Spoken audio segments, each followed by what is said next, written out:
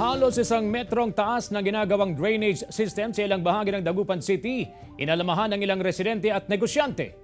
Yan ang tinutukan live ni Joan Ponsoy. Partner? CJ, kumpara nga kaninang umaga ay wala nang nararanasan na baha sa may junction area. Ang junction area ang itinuturing nga na convergence zone o salubungan ng mga sasakyan mula pa sa probinsya ng Pangasinan at La Union. Kaya naman ito ang naging prioridad project ng DPWH kaugnay nga sa flood mitigation project. Tirik ang araw pero binabaha ang downtown area sa Dagupan City. Ito ang dahilan kung bakit inaayos ang ilang kakalsadahan sa lungsod, partikular sa junction area sa Barangay Pantal. Kasi alam mo naman kasi na ang Dagupan City ay ang sentro ng kalakalan dyan. Business center ang Dagupan, kaya maraming mga motorista ang bumibiyahe dyan. Kaya pagka tuwing ganitong umuulan o kaya ay high tide na naapektuhan yung mga bumibiyahe dyan. Pero hindi pa man natatapos ang pagpapataas sa drainage system, ilang negosyante at residente na ang tila dismayado at nangangamba.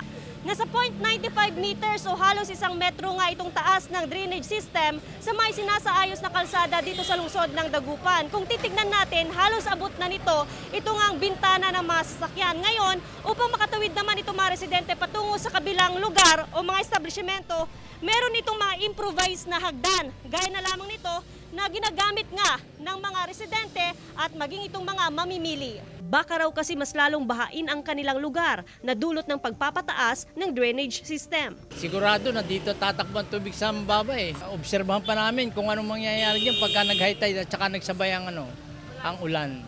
Unang-una, walang dumadaan tao. Yung mga customer na sa halip na magpapark dyan sa harap, lumalampas na sila.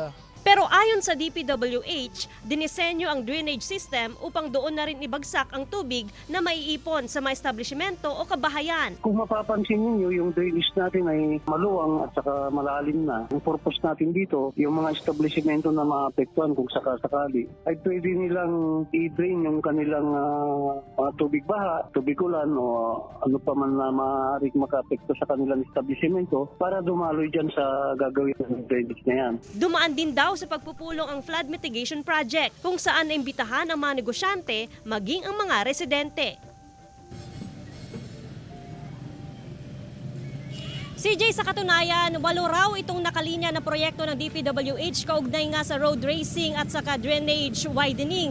Isa na itong sinasagawa sa may Arellano Street at isa naman itong sinasagawa nga dito sa ating kinaroroonan patungo ito sa Barangay Tambak. So 6 na lang na proyekto ang kailangan na gawin ng DPWH. Pagdating naman sa width CJ ng drainage system ay nasa exactly 2 meters o almost 2 meters nga itong width ng drainage system. At gaya nga na nabanggit ko kanina, ito namang height niya ay nasa almost 1 meter.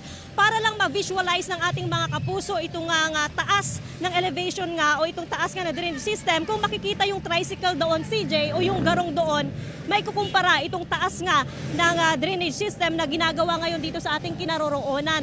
Kaya naman makikita natin kung gaano ito nakakaapekto lalong-lalo na sa mga motorista o di kay mga sasakyan pa na daraan dito sakaling mapataas na itong kalsada dito sa ating kinaroroonan patungo ito sa Barangay Tambak dito sa Dagupan City. Pagkatapos nga ng drainage system CJ ay sunod naman na isasaayos ng DPWH itong road elevation. Ibig sabihin ipapantay na itong kalsada sa may drainage system. Meron naman daw rason ang DPWH kaugnay rito kung bakit ganon kataas itong elevation nga ng drainage system at kalsada. Ito raw kasi yung hindi naaabot ng baha dito sa lungsod.